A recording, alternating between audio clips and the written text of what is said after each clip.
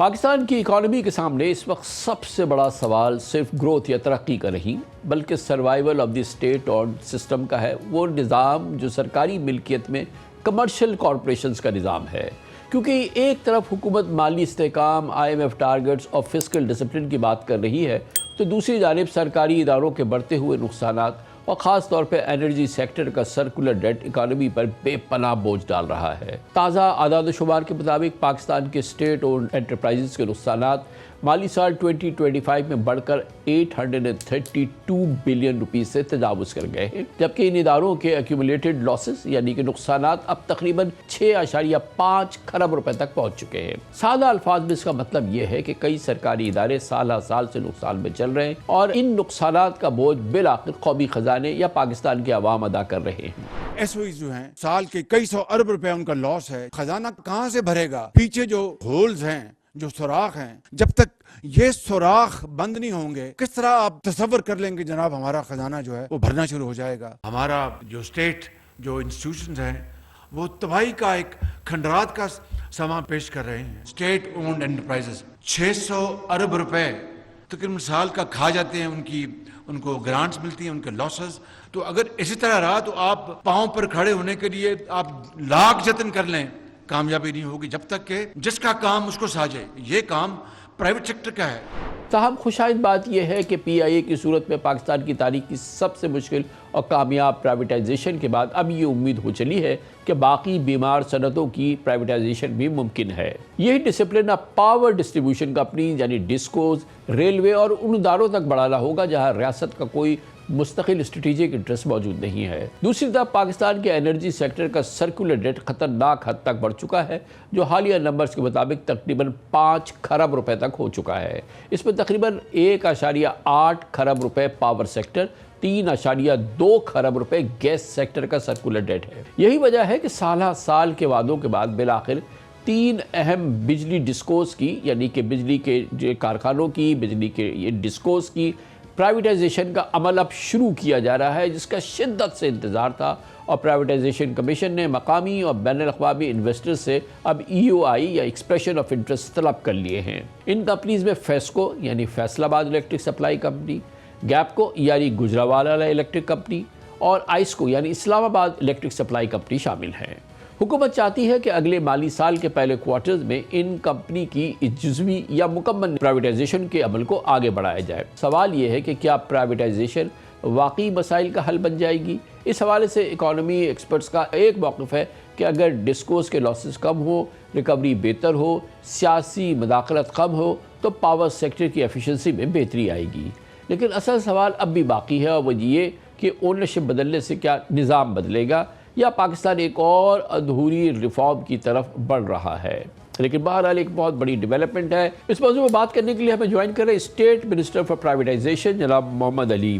बहुत बहुत शुक्रिया मोहम्मद अली साहब, आपने हमें ज्वाइन किया है। PIA की प्राइवेटाइजेशन का मरहला जो है वो बहुत खुशसलूबी से एक बहुत बड़ी होप दे गया कि पाकिस्तान में प्राइवेटाइजेशन पॉसिबल है। अब ये डिस्कोर्स का मरहला शुरू हो रहा है। मतलब भाई इन डिस्कोर्स की वैल्यूएशन कैसी हो रही है? इसके लिए क्या वैल्यूएशन मेथोडोलॉजी आप इस्तेमाल कर रहे हैं? जी कामरान भाई, अस्सलाम वालेकुम, thank you very much for having me.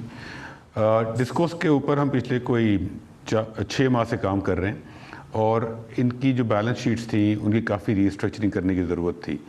तो वैल्यूएशन से पहले इनके अंदर फॉर एग्जांपल जो लैंड है जो कि तमाम डिस्कोज में over the last 40-50 years acquire हुई है, उसकी वैल्यूएशन बहुत ज़्यादा, लेकिन उस पर रिटर्न नहीं मिलता। तो हमने इसकी स्ट्रक्चर के अंदर लैंड को हमने कार्व आउट किया, पेंशन की लायबिलिटीज़ का हमने हल निकाला है, बाकी जो रिसीवेबल्स पेएबल्स हैं वो सारा कुछ किया। तो इनकी सारी जो बैलेंस शीट है उनको सारा एक तो हमने क्लीन अप किया है ताकि जो इन्वेस्टर्स आएंगे उनको एक क्लीन बैलेंस शीट मिले और साथ साथ गवर्नमेंट के ऊपर भी कोई बोझ ना पड़े। तो माशाल्लाह दैट एक्सरसाइज इज डन। जहाँ तक इनकी वैल्यूएशन का सवाल है तो एक तो इनके जो टोटल एसेट्स की वैल्यू है वो सामने रखी जाएगी। अच्छा, फिर डिस्कोर्स का आज का जो मॉडल है उनको एक फिक्स्ड गारंटीड रिटर्न मिलता है, तो वो जो रिटर्न जो मिलता है उसकी बेस पर इन्वेस्टर्स को वैल्यू करेंगे। लेकिन हम चूंकि इसको थोड़ा सा अट्रैक्टिव बनाना चाहते हैं और कंज्यूमर पे बोझ भी ना पड़े आने वाले वक्तों में, और हमें कम रिटर्न देना पड़े, कहीं खुदा ना खास्ता ऐसा ना हो ना कि एक और IPPs क्रिएट कर दें हम इस पूरे प्रोसेस में। तो इसलिए हम इनका जो टैरिफ है वो हम गवर्नमेंट को प्रपोज करेंगे कि परफॉर्मेंस बेस्ड और एफिशिएंसी बेस्ड हो, और साथ साथ जो सप्लाई मार्केट है उसको हम प्राइवेट सेक्टर के हाथ में दें, ताकि इनका रिटर्न इतना अट्रैक्टिव हो कि इनको टैरिफ के ऊपर कोई इम्पैक्ट ना आए। ये फरमाइएगा कि टाइमलाइन क्या रखेंगे इसकी, जब ये वंस दिस प्रोसेस स्टार्ट्स कि कितने अरसे के अंदर जो है कि ये इसकी कंप्लीशन हो जाए प्रोसेस की, और फिर जो नए इन्वेस्टर्स हो, जो सक्सेसफुल इन्वेस्टर हो, वो इसको टेक ओवर कर सके, कितना टाइम रखेंगे इसके लिए आप? हमने जो अभी एक्सप्रेशन ऑफ इंटरेस्ट जो भी अनाउंस किया है, तो हमने लोगों को 45 डेज़ दिए हैं पहले डिस्को के अंदर एक्सप्रेशन ऑफ इंटरेस्ट का, जो कि फेस्को है, उसके बाद 1 माह है गेपको के लिए, और फिर 1 माह आइस्को के लिए। साथ साथ ड्यू डिलीजेंस लोग अगर चाहें तो 3 डिस्कोस की करें, 2 की करें, 1 की, उनकी अपनी मर्जी है। लेकिन इस वक्त हमने रिस्ट्रिक्शन रखी है कि कोई भी इन्वेस्टर इन 3 में से 1 से ज़्यादा नहीं ले सकता, ताकि वो कॉन्सेंट्रेशन ना हो जाए। आने वाले वक्तों में जब और डिस्कोस आएंगे तो उस वक्त देखेंगे कि दूसरा अलाउ करना है नहीं करना, और इनकी बिडिंग हम टारगेट कर रहे हैं तीनों डिस्कोस की लास्ट क्वार्टर ऑफ 2026 में। अच्छा, ये बताइए, अभी आपने टैरिफ की बात की है, तो ये जो यूनिवर्सल टैरिफ है जो पाकिस्तान भर में है, वो इन पे अप्लाई नहीं होगा? इनका जो है वो जैसे कि आपने फरमाया कि जो इनकी परफॉर्मेंस बेस्ड होगा, एफिशिएंसी बेस्ड होगा, या ये कि ये एक कॉस्ट प्लस बेस्ड होगा, कि इनका टैरिफ डिटरमिन कैसे होगा इन डिस्कोस का? डिस्कोस का जो वायर बिजनेस है और सप्लाई बिजनेस है वो अब कानून में तो सेपरेट हो गया है, लेकिन प्रैक्टिकली सेपरेट नहीं हुआ। तो डिस्कोस आज की तारीख में वायर बिजनेस के थ्रू बिजली ट्रांसपोर्ट भी होती है, और साथ साथ सप्लाई भी वही करते हैं। सप्लाई का मतलब है कि जो सेल करते हैं, जो रिकवरी करते हैं, कस्टमर्स उनके हैं, तो दोनों बिजनेसेस डिस्कोस करते हैं। इन दोनों को हम प्रपोज कर रहे हैं कि प्रैक्टिकली ये डिस्कोस की जो प्राइवेटाइजेशन है, इस मौके को इस्तेमाल करते हुए गवर्नमेंट इन दोनों बिजनेसेस को बड़ा क्लियरली सेग्रीगेट कर दे।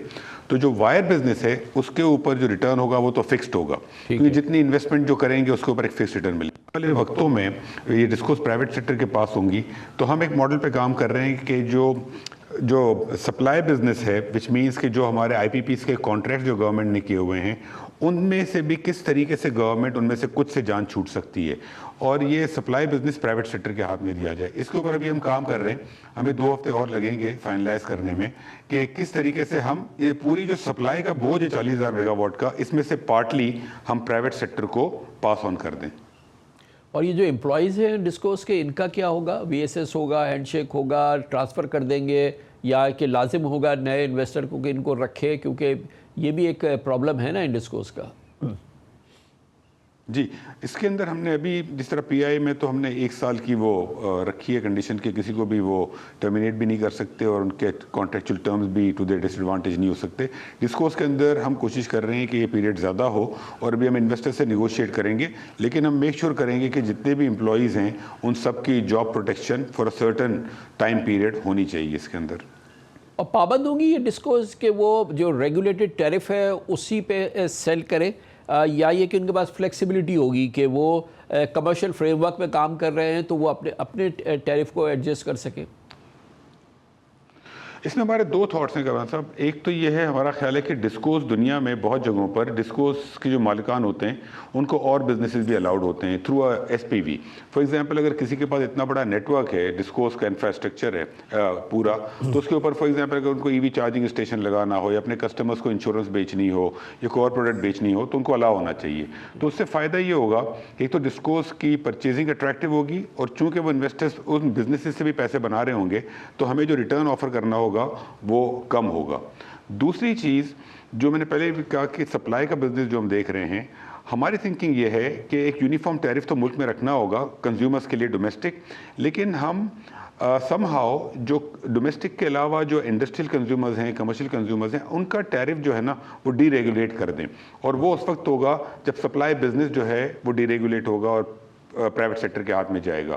तो अगर एक डिस्को का मालिक है, उस इलाके में उनके पास सप्लाई के कॉन्ट्रैक्ट्स हैं जिनमें उनको बिजली सस्ती मिल रही है, और वो दिन के अंदर सोलर, रात को बेस लोड प्लांट वगैरह चला के समहाउ अगर अपनी कॉस्ट कम कर सकते हैं, तो वो आपस में कम्पीट करें सप्लायर्स उस इलाके के अंदर, तो उससे डोमेस्टिक के अलावा बाकी जो रेट्स होंगे वो डीरेगुलेट हो जाएंगे। और फिर डोमेस्टिक का रेट आई थिंक कुछ टाइम लगेगा मुल्क को कि यूनिफॉर्म टैरिफ से निकलने में, बट फिलहाल वो यूनिफॉर्म ही रहेंगे।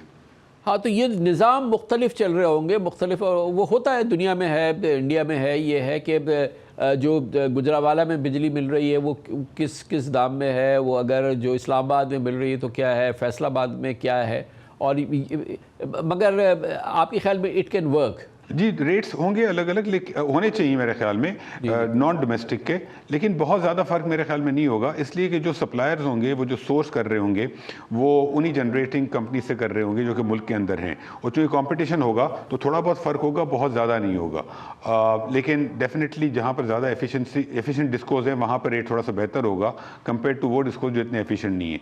लेकिन हम जो इन 3 पर काम कर रहे हैं कमर भाई, इसके साथ साथ हम बाकी 2 हैदराबाद और सक्खर पर भी काफ़ी काम कर रहे हैं, चूंकि वहाँ पे लॉसेस ज़्यादा हैं, रिकवरी का रेशियो कम है।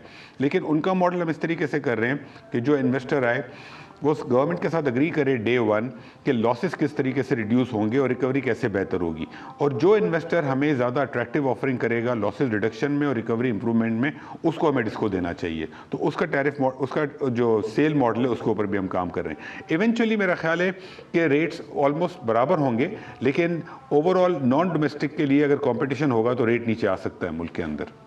मतलब ये बताइएगा कि क्या प्लान क्या है, क्या आप 100% डाइवेस्ट करेंगे पीआईए की तरह से, या ये कि अब ये फैसला किया गया है क्योंकि माइनॉरिटी स्टेक आप रखेंगे, या ये कि कोई और मॉडल है? क्या गवर्नमेंट ऑफ पाकिस्तान का क्या इसमें होगा रोल आखिर पे कि आप 100% डाइवेस्ट करने जा रहे हैं? हमने भी जो अप्रूवल ली है कैबिनेट से वो ली है कि 51 से लेके 100 तक कहीं भी, अब वो इन्वेस्टर्स से हम नेगोशिएशन करेंगे, 51 कम से कम होगा, 100 मैक्सिमम ऑब्वियसली। लेकिन इसमें 2 राय हैं, कुछ लोगों का ख्याल है कि जी 75% तक दे दें, और कुछ लोगों का ख्याल है कि जी 100% भी दे दें। मेरा ख्याल है कि ये अगले 3-4 माह में जब इन्वेस्टर्स से इंगेजमेंट होगी उसके बाद फैसला होगा। मुल्क में कुछ लोगों का एक कंसर्न है कि क्या हमें 100% ऑफ डिस्को बेच देनी चाहिए, 75 बेचे और हमारे कुछ रिप्रेजेंटेटिव्स हों। दुनिया में दोनों मॉडल चलते हैं, बहुत सारी जगहों पर डिस्कोज 100% बेच दी गई है प्राइवेट सेक्टर को, और कुछ जगहों पे गवर्नमेंट ने थोड़ा सा रिप्रेजेंटेशन रखी है।